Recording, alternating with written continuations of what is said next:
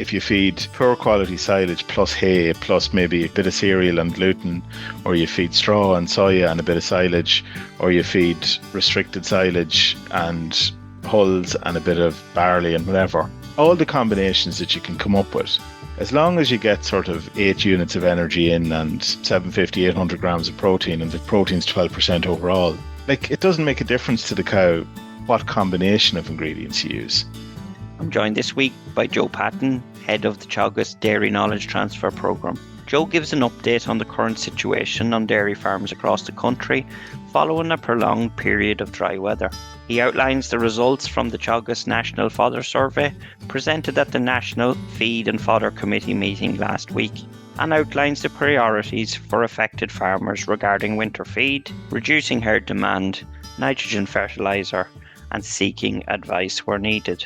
I started by asking Joe to outline the current situation on dairy farms nationally. That's a question that totally depends on your air code, really, doesn't it? That is the thing. Like, we took a nice look around the country there. I did myself anyway over the last week or so. It's quite remarkable, the difference, really. Certainly the southeast. So, southeast, really, from Athy down to the coast, you could say, from Athy south to Wexford, cross into Dungarvan, Clonmel, that whole area, maybe even into Fermoy as well.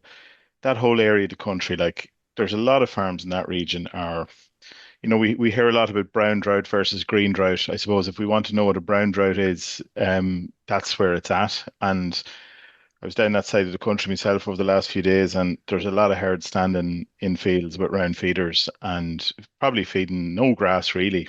And it's silage at a barrier or silage out in the field plus concentrate. So it's full winter rations basically, except the cows are probably sunning themselves.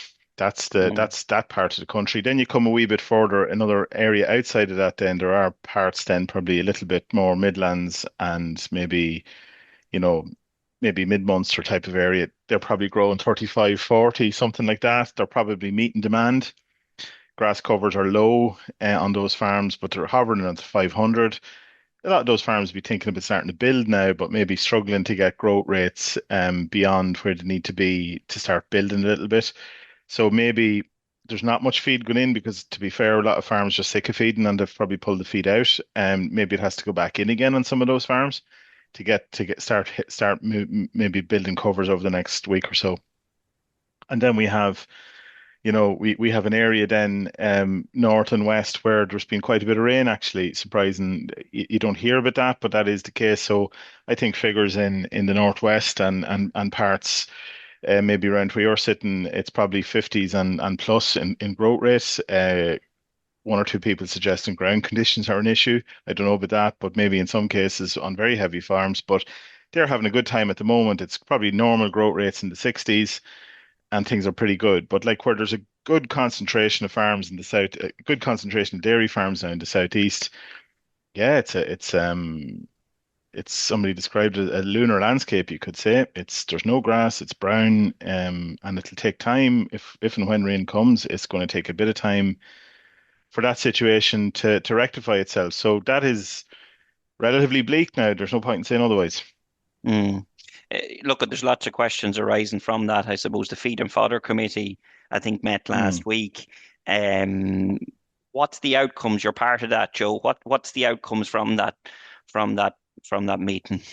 Yeah, look, we met last Friday, so that's really, all the industry stakeholders, not just a dairy meeting, by the way. So we have the full industry behind it. Like we had presentations on the day about tillage, about, commercial hort as well. So like this situation in hort, like even on potatoes and beet and all, everything covered, but dairy Mm. obviously and dry stock too. So basically any enterprise that relies on water, which is an agricultural enterprise in those areas, is suffering, like.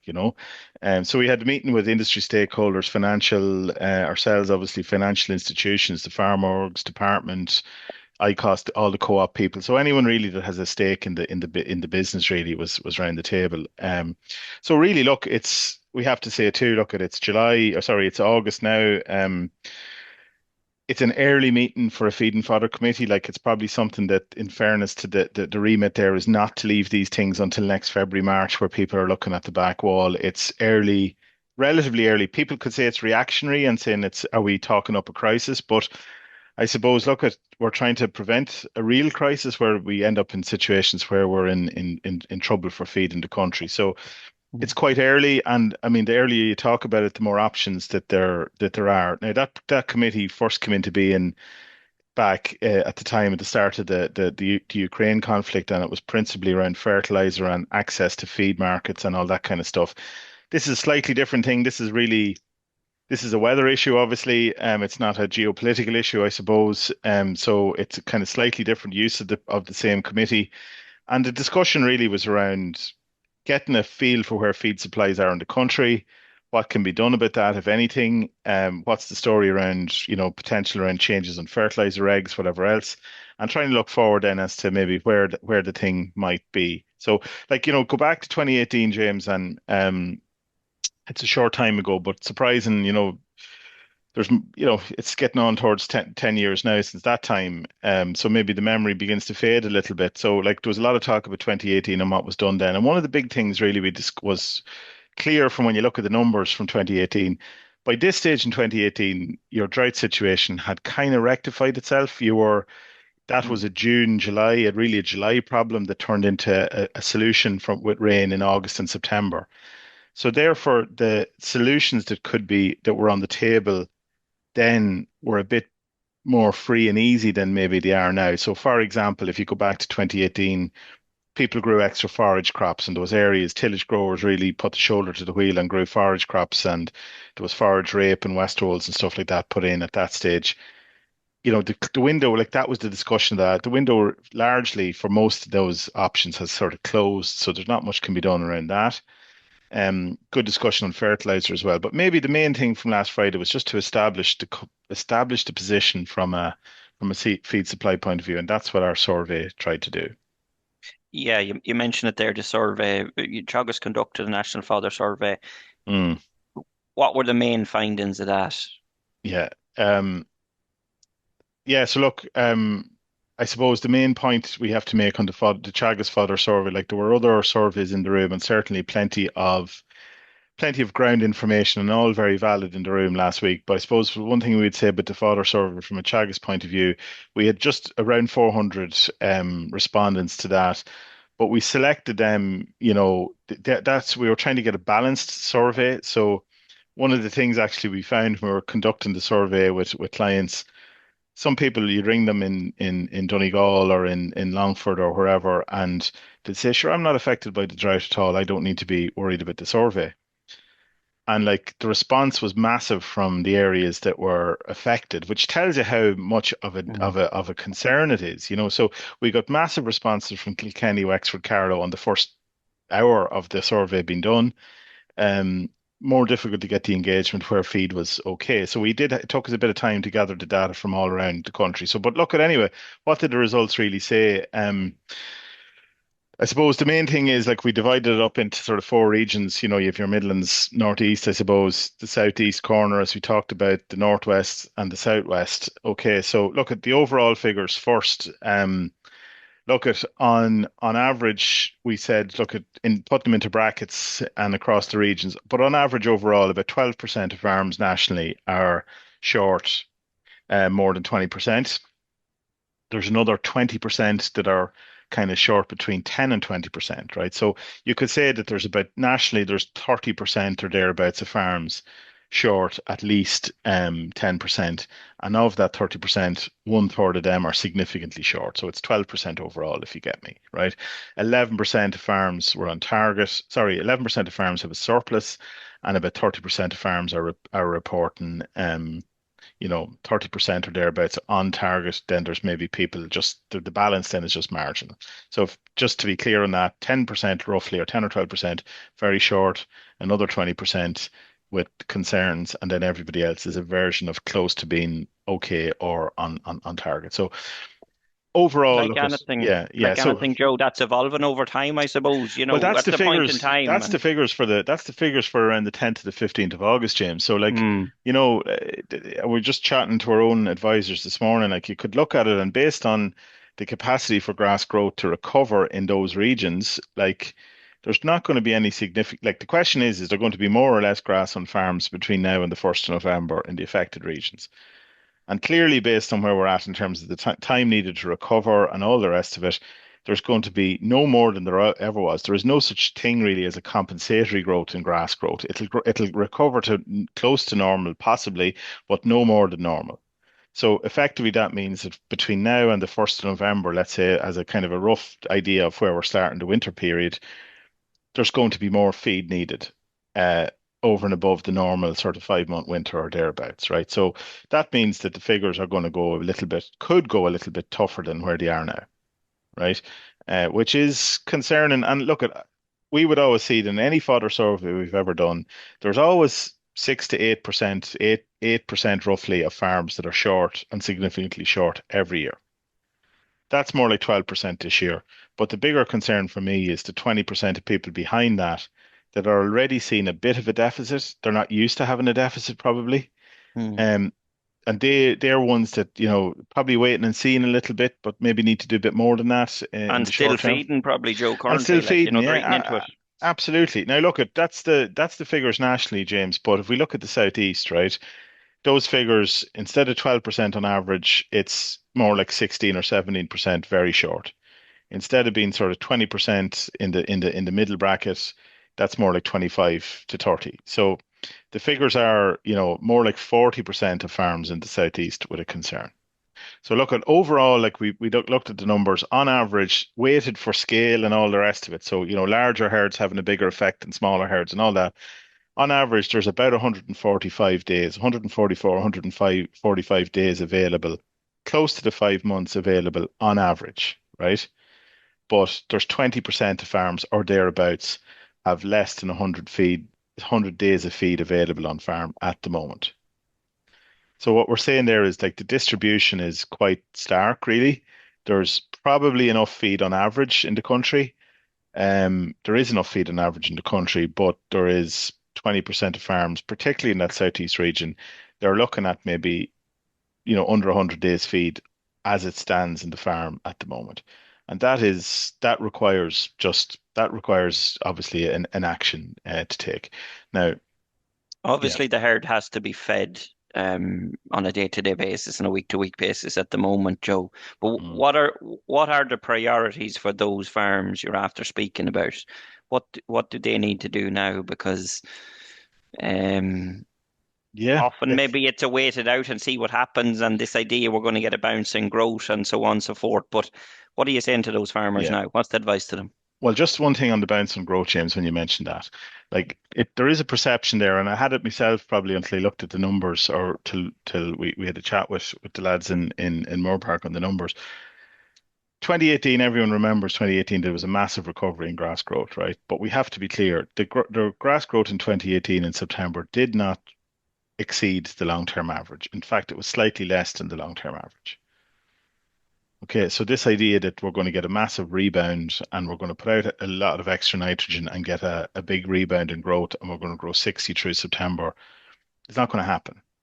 It's not going to happen. It never has happened. And even in 2018, when we had an extension of fertilizer dates, there was extra fertilizer put on, but that extra fertilizer did not result in additional growth over and above the long-term average, right? It's important to say that because there's no point in thinking we're going to sort of rebound our way out of this and close the gap that's there. It will stop us using, if we get a good recovery, it will stop us using our reserves, but it won't replenish the reserves, right? So looking at the figures, long-term average, 1.6 ton of growth in September, maybe growing about 50 per day roughly in a normal year on average, dropping quickly then through October, maybe back towards, probably a ton or a little over a ton, and less than a half a ton grown in November. And a lot of that October growth, James, is going to be used to build cover for next spring anyway, as an advisor pointed out this morning.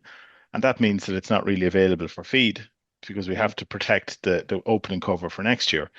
So, like, look at what are we saying? We're saying that the solution to a feed shortage problem will not be found by a massive recovery and growth that exceeds the normal figures. That's the history of it, and it's remarkable how similar growth rates tend to be in the autumn, and it's driven entirely by day length. It's the day length is shortening. People are, you can see it.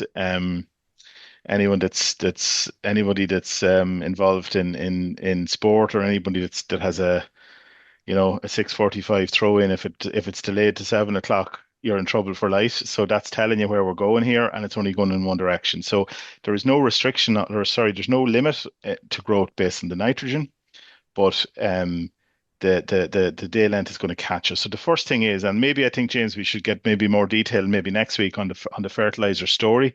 We probably should bring that in if we can. But all I'm saying for the moment is we're not going to over fertilize nitrogen or extend nitrogen or put it out later to get an increase in growth. It won't come anyway. So the priority is fertilizer plan for when the rain comes. It's going to be relatively to normal. It's going to be in that 25 kilo range, and we're going to have to say we cannot rely on a compensatory growth to fix a problem. So that's the first thing. So, in other Yeah, words, in simple terms, what you're saying to me is if these farmers do a feed budget, and that's a winter yeah, fodder budget is probably the yeah, starting point for everyone, Joe. 100%. Yeah, Um, yeah, absolutely. Yeah.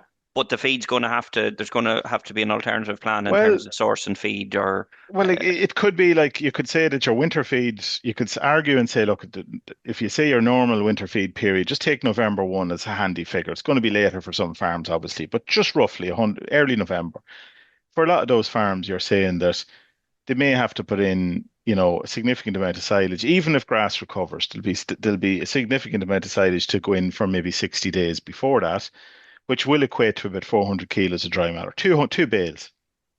So you're effectively saying it's 2 bales per cow over and above your normal winter feed in order to recover in the brown drought areas. Now we have to say, like, there's farms in areas that are growing 30, 35. Growth has kind of bounced back a little bit because of rain. If they get more rain this week and they have their nitrogen up to date and all the rest of it, they're probably going to fit into having a relatively normal winter, or sorry, a relatively normal autumn budget. Like, they could easily hit covers of 1,000 by the end of September, no problem. But all we're saying here is if there's people that are starting from scratch, let's say, all we're saying is it could be a bale, it could be 2 bales. But if you're a guy that's maybe milking in sort of that South Kilkenny area and it's very dry at the moment and you're doing your winter feed budget, you probably have to allow an extra bale and a half to 2 bales to get you to November, possibly, which is a hard thing to say really because it's more feed to go in. But that's the 2 bales or equivalent. You know what I mean? It's going to be extra mm, feeding. So that's a massive cost, and it has to be borne in mind. So the first thing is the nitrogen story, as we said, we come back to it, but we're not going to, there's no benefit to an extension of a fertilizer deadline. It won't result in any extra growth. So whatever growth we get will be at normal or less than normal. We can't rely on compensatory growth in grass to solve our problem. That's the first thing. The second thing is then the winter budget, as you say, and we have to allow extra feeding to get us to the early November period. That's the next thing. And that's sitting down and working it out, measuring the pits and actually measuring the pits. We all talk about it, and maybe, to be honest, you'd say are we measuring, are we guessing? We just no harm to just measure it maybe and put a figure on it. And if you can do that through pasture base or speak to your advisor, but get a handle on what's in the yard. That's a big one, and get out and get a count up of what's available. Um, so then the other one then is, and this is never one that's too popular, but you know, the question about the timing of culling needs to come into it for the farms. And again, we have to keep coming back to this. The areas of the country that are most affected need to act first. Some people, this will not be applying to them. They'll probably milk on and they'll keep their cows going, and that's fine. But it's a question of if you're in a situation where you've got significant feed to buy and you've got maybe high cell count cows that are destined for the lorry anyway, should they move a little bit earlier?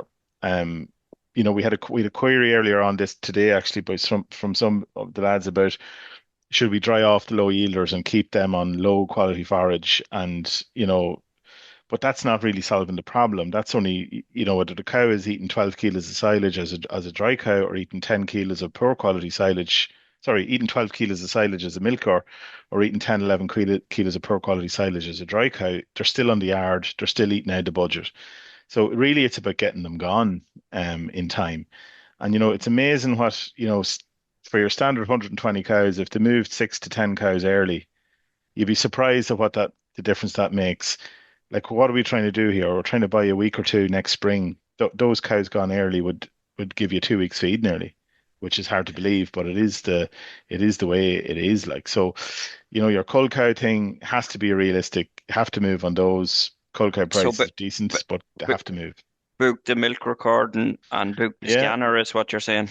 I think so. And look, I know people say, well, this means that there's a glut of cows hitting the market, right? Those cows, all we're talking about here is the cows are going to hit the market anyway. These are Mm. the cull cows that are going to go anyway over the next few months. They're going 6 to 8 weeks early. They're going from the areas that are most affected. The people that are growing 35 and 40 and have already come out of it to some extent or are sort of able to get away with limited feeding, they're probably not going to react to this. So, and again, it might be it's 10% of herd size in some places to move a bit earlier.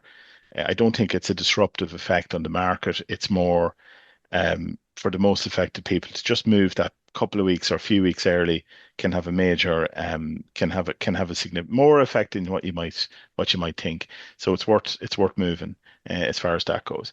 So those are things. And then the other big one is then when you have your fodder budget done, um, if there's a hole in the budget and you've accounted for your cows and something has to be got, it's time to go and have a look, isn't it?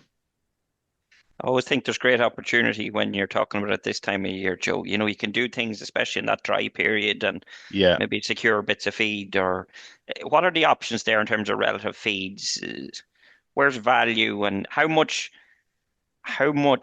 forage do you need on farm, I suppose, firstly, before you maybe start looking at straits and different things like yeah, that, Joe? yeah, yeah. It's a good question. Look, it was a figure that Siobhan Kavanagh always had was get yourself to 80%, at least 80% of your forage requirement, and then you can always do something with the final 20, right? But the first 80% of your feed budget. So if you need 1,000 tons of silage, for argument's sake, you shouldn't be going into the winter with any less than 800, 850 tons. The last 150 tons, you might be able to stretch that out with hulls or stretch it out with, even in the dry period. Like, I mean, you could feed a 50-50 mix of barley and gluten and it'd be fine in the dry period. Like the dry cow you can do an awful lot with a dry cow. And we would say this too, that in a way, like if you feed poor quality silage plus hay plus maybe a bit of cereal and gluten, or you feed straw and soya and a bit of silage, or you feed, restricted silage and hulls and a bit of barley and whatever, all the combinations that you can come up with, as long as you get sort of 8 units of energy in and 750, 800 grams of protein, and the protein's 12% overall, like it doesn't make a difference to the cow what combination of ingredients you use. If the end point is the end point. So, like what we're saying is, look at, and we did that. We showed those numbers last week, and it was just something we wanted to get the point across to the committee. Like if you said, for example, if you're short on silage, right? Silage plus maybe 3 kilos of hay, plus 2 kilos of, a barley gluten mix. That will hit the diet, right? So that's six of silage, three of hay, six dry matter of silage, I should say, 3 kilos dry matter of hay, and then 2 kilos or thereabouts of a cereal gluten mix. That's enough for the dry cow. If that was the same thing using straw, you might add in a bit of soya instead of the gluten. That'll hit the mark as well. Or indeed, if you went down as low as 4 kilos of silage, 3 kilos of straw, you're probably putting in maybe something like hulls and a bit of protein as well. All coming to sort of 11 kilos dry matter, all coming to delivering about 8.5 units of energy, all delivering 12% protein. All of those diets. And any of those diets, will save you between 25 and 30% of your silage for your dry cow. Okay. Mhm. So just remember, like just 8.5 units, depending on body condition score. and 12% protein overall. And the good thing about the dry cow is, James, you can throw whatever you want at her, and then a bit of soya and a bit of barley and gluten will make up the difference from an energy point of view anyway. Okay, so you're not that hard to hit your targets really. And in a way, like I'd rather be keeping my silage going into my milkers at the moment and making the savings on the dry cow period, where you can do an awful lot of messing. And look at the messing should happen. I say messing, I don't mean but you know what I mean. A lot of adjustments, I suppose, can happen from November to the middle of January, and then once you start coming close to calving, it's only the last couple of weeks really where you have to start getting very detailed about what your dry cow eats, like, you know. So there's a lot of time there. 6 or 8 weeks over the winter period can make a big difference, and you could save 25, 30% of your silage requirements at that time. We probably should say also too that, you know, depending on the farm and depending on the stocking rate, you would like to be holding sort of the equivalent of 2 bales or a half a ton of dry matter roughly of good quality silage for the spring period. Okay, so and if the choice to me was I'm going to run out of silage for the spring, as in good quality, I would ring fence the good quality silage first. I would feed what next best to the milkers at the moment, and I would plan to buy whatever I can get my hands on for the dry cows, because you're free to feed hay, straw, poor quality silage, whatever you want, and any of those options, a couple of kilos of ration with protein involved will make the difference anyway. Okay, so is that enough on that? Like that, you know what I'm trying to? It's just Yeah, no, I think it's really about identifying the is there scale a of need for the feed? What is the issue on exactly, farm? and it could be a And getting combination. feed Yeah, in yards, like it could be a combination. Like the first thing is get rid of the non-productive cows. mm, Then you're looking at that. That'll trim maybe 10% off your total feed budget. Then you're looking at the other big one as well, James. Keep the body condition right at the moment. So it's keep the body condition right. Keep the feeding to the cows at the moment. If the cows go into the dry period in good shape, and all you're doing is feeding them to keep or hold body condition, you get away with a lot. 10, 11 kilos of dry matter will do you. Like it's not like we seen it last year. There was cows were ad lib fed good quality silage to probably at 12, 13 kilos. Some of them came out over fat out of the dry period. We can save 20% on the dry cow. If she goes in good shape, you can offer her 10 or 11 rather than offering her 12 or 13. That all adds up over the winter time. So I think mm. that's the big thing. Can you find good value feed that is worth feeding to your dry cows and try and ring fence at least sort of four or 500 kilos for the spring and feed the best of the rest from now on.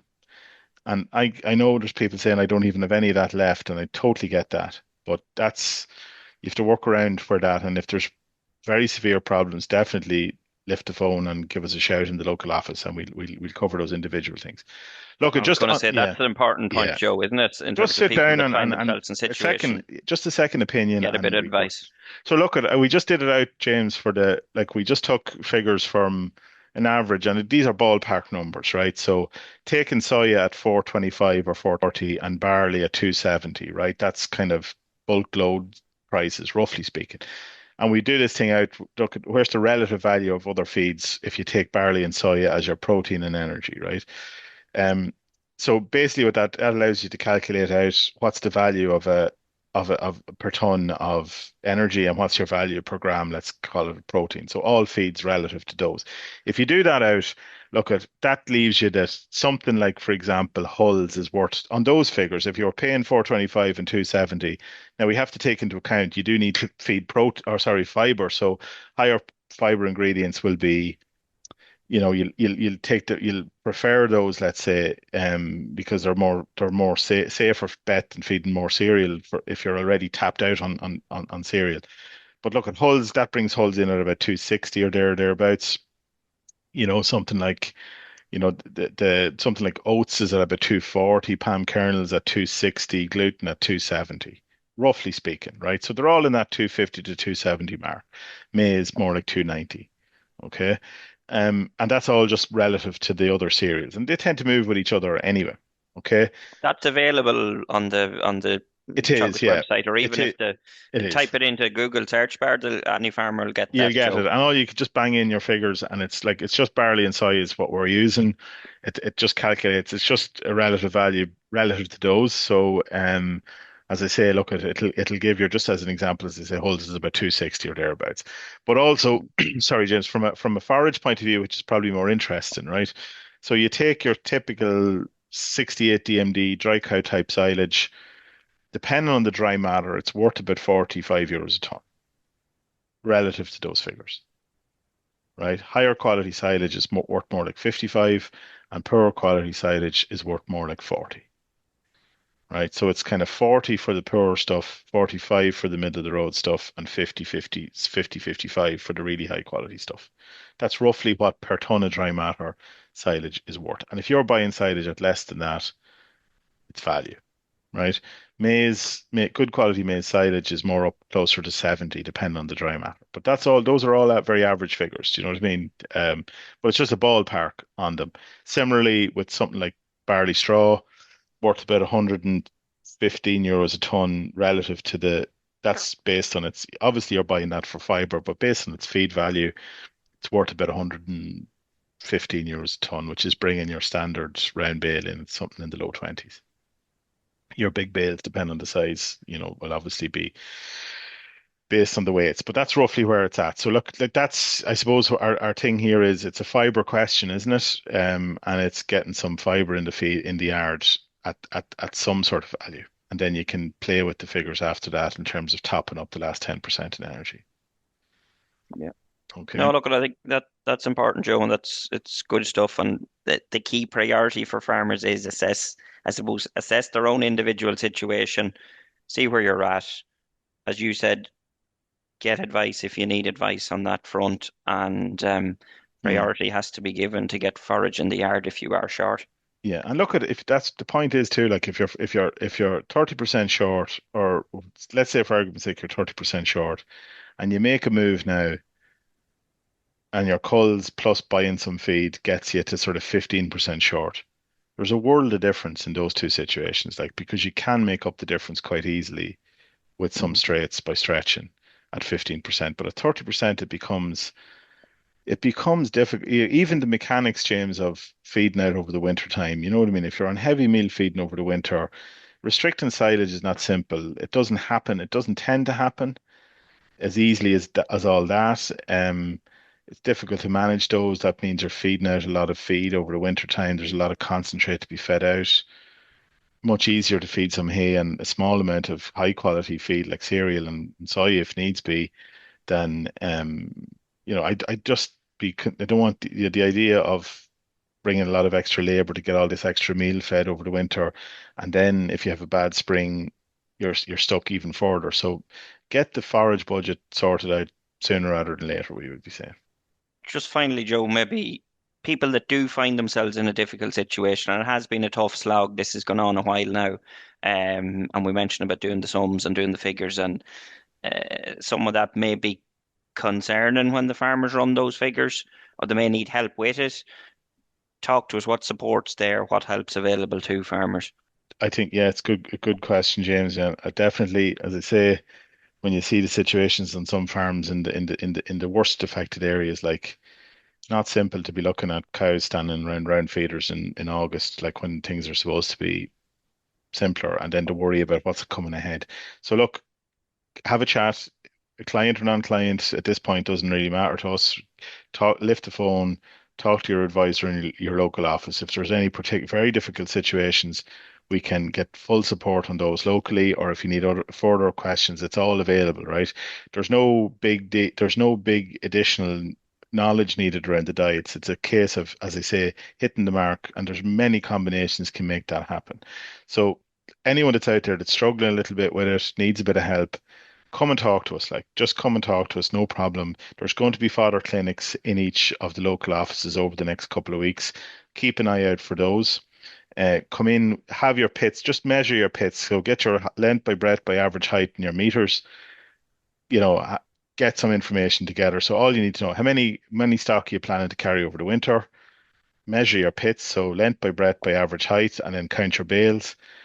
Call in, have a chat, and we'll tot it up. And then it's a question then of what's the simple actions, right? I just think, it's good to have your fodder committee meeting and all the rest of it. It's good to kick it off early, but part of kicking it off early is making an early response at farm level and taking a bit of control of it. So the hard part is just getting the numbers together, and then, maybe that's the easy part. The hard part is getting feed and paying for the feed. But, we we have to face up to that a wee bit.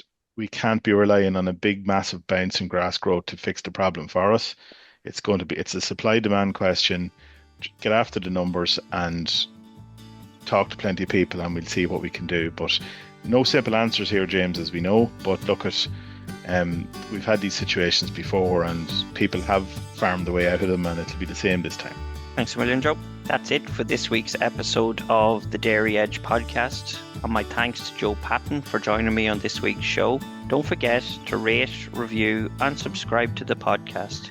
You can listen on Apple, Spotify, or wherever you get your podcasts. For more information, go to the Teagasc website at teagasc.ie. I'm James Dunne, and join us next time for your Dairy Edge.